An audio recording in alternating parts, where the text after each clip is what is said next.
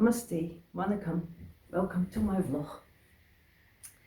My name is Liesbeth Pankaja and I do not usually share much personal information, but I have been having the feeling recently I should share something about my life story, about the path which got me where I am today.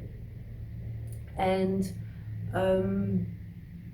I was born 64 years ago in Rotterdam, in the Netherlands, to a very, in a way, a blue-collar family. Although both my parents were very intellectual, they had done, my father was an electrician, he worked with his hands all his life. And my mother had had a career, but had chosen to have a family and me. And when I was 4 years old, she did something which completely shaped my life. She took me to ballet class. She enrolled me in ballet class, and that had a tremendous impact. In a way, it shaped my life. When I was 12 years old, something else shaped my life. I saw Indian dance. First on television, and later I saw in a museum the Shell movie that Shell, the company made of Ram Gopal and his company. And in that one there was this gentleman, a Kathakali master, that's what I know now, but I didn't know at the time. And he danced with his hands, the lotus and the bees, and he used his eyebrows to show emotion. But the dancing with the hands, that was the thing that got me. That completely blew my mind. So I asked my mother, can I learn this? And she looked around, she asked around. There wasn't anybody to learn with, not in Rotterdam, maybe in Amsterdam, but my mother wasn't going to send her daughter to Amsterdam by train in any way. So this was out of the question. But then 10 years later, a miracle happened. One of the best dancers of her generation landed in Amsterdam. She got married to a Dutch husband, and they settled in Amsterdam, and I heard about them via. By that time, I was studying history in Utrecht University. So I started taking classes, going to Amsterdam once a week, and the experience was amazing. Again, the dance changed my life for the better. And 3 years later, I did Arangetram. And again, 2 years later after that, I got my history degree, and I just wanted to dance. So we sometimes, my guru and I, we would travel to India, and one of those times we traveled to Chidambaram to worship Lord Nataraja. And again, that was a mind-blowing experience. And she did something amazing that I'll never forget, of course. She organized that I could offer my dance before Lord Nataraja. And that again was a life-changing moment.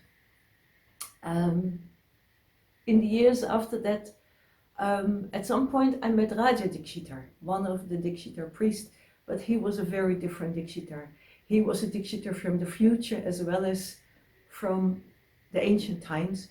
And his goal in his life was to show humanity the meaning and the value of his temple tradition, and also the scientific background of it, and that it wasn't superstition and only faith, but that there was a very deep ground to it.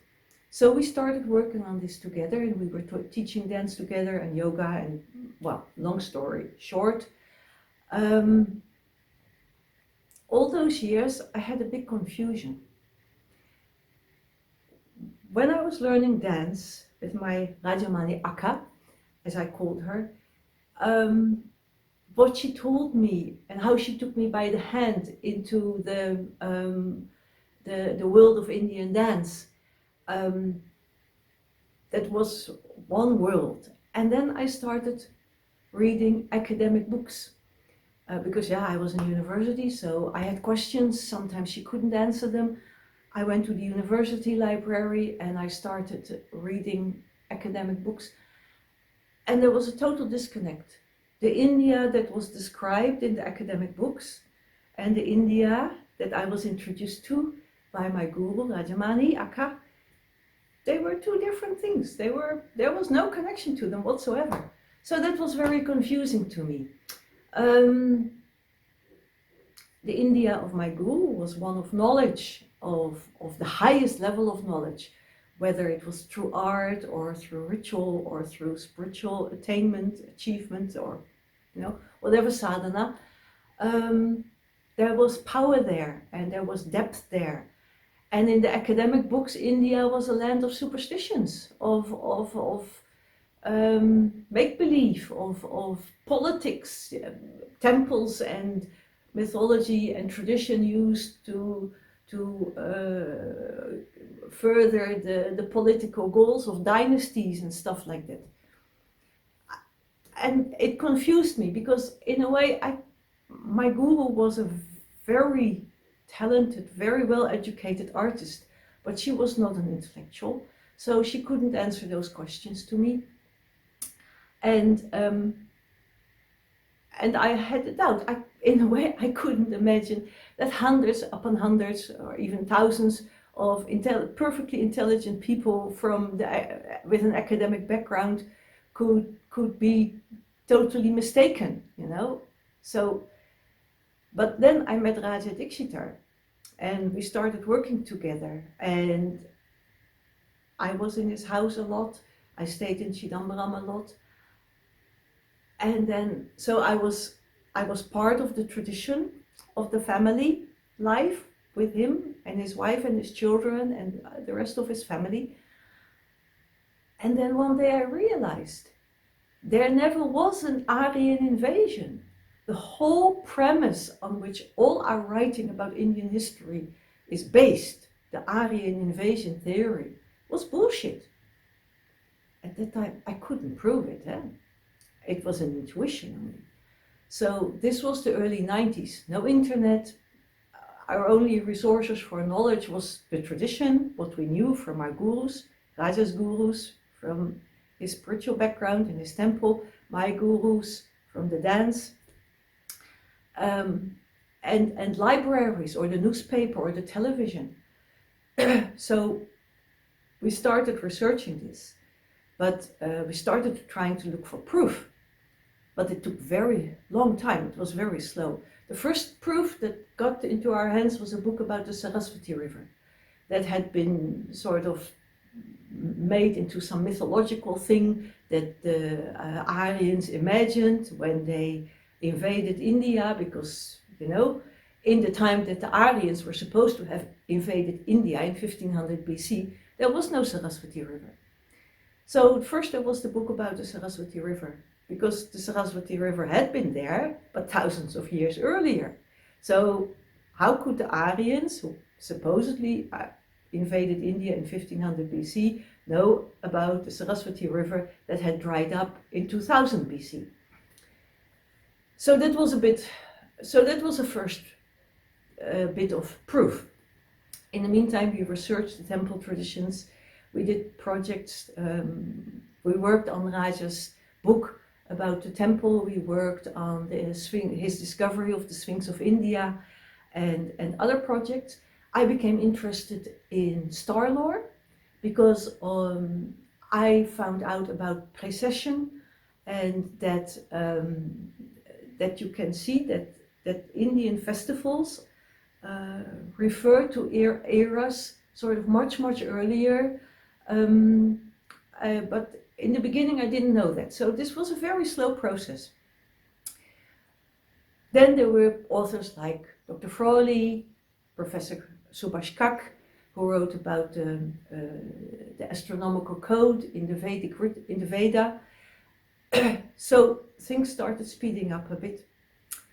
And we published some stuff, Raja and I, about the Akasha, about the tradition. Raja's book got published about the temple.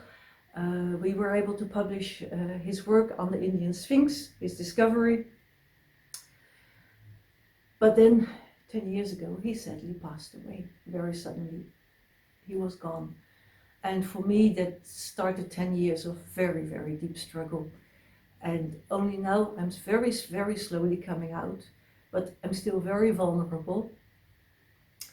And I'm still very slow, but I've started to write again, and I've started to vlog, because there's so much in my head, in my being, in my experience that I would like to share. Half-done research that I hope to finish, and it will take shape, but it will be slow. And one of the things I'm focusing is starlore, because in the sky is written the secret history of the human spirit. In the mythologies, which as a myth are not untrue, they are true in their own way. They are not history, and mythology and history should not be mixed up. That is dangerous. That is, for instance, being done in the Bible, through the Bible. The Bible is mythology, it's not history, but if you treat mythology as history, it can be dangerous. If you treat history as mythology, that can also give confusion and misunderstandings. So this is what I'm going to share about a lot. I'm planning to share, I already started that, the work of Eleanor Manica on the astronomical code in the Angkor Wat temple. And at present I am working on a long series of blogs with photographic material about eclipse iconography in South Indian pavilions and temples from the Vijayanagara period. And I want to share something else with you. I received this. I know people love videos about unwrapping packages. So here we are. This is the package I got. This week from England. And I'll show it. You see. So I didn't open it yet. I wanted to share opening this package with you. I'll show you what it is. See what this is.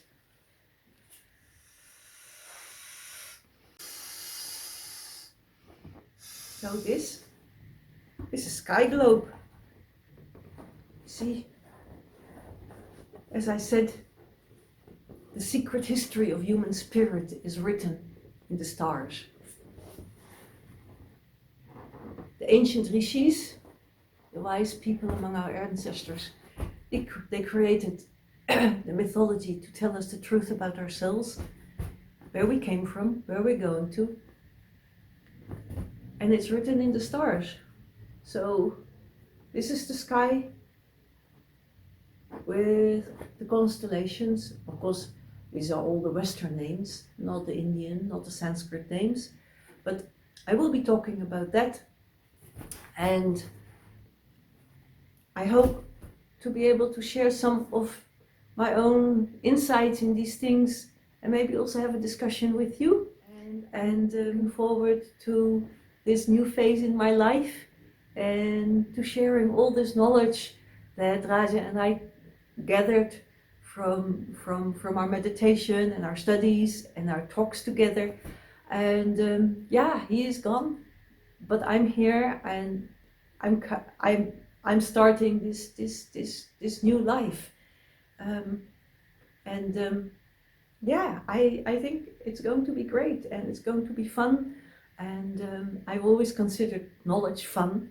So let's see what it brings. Thank you for watching. And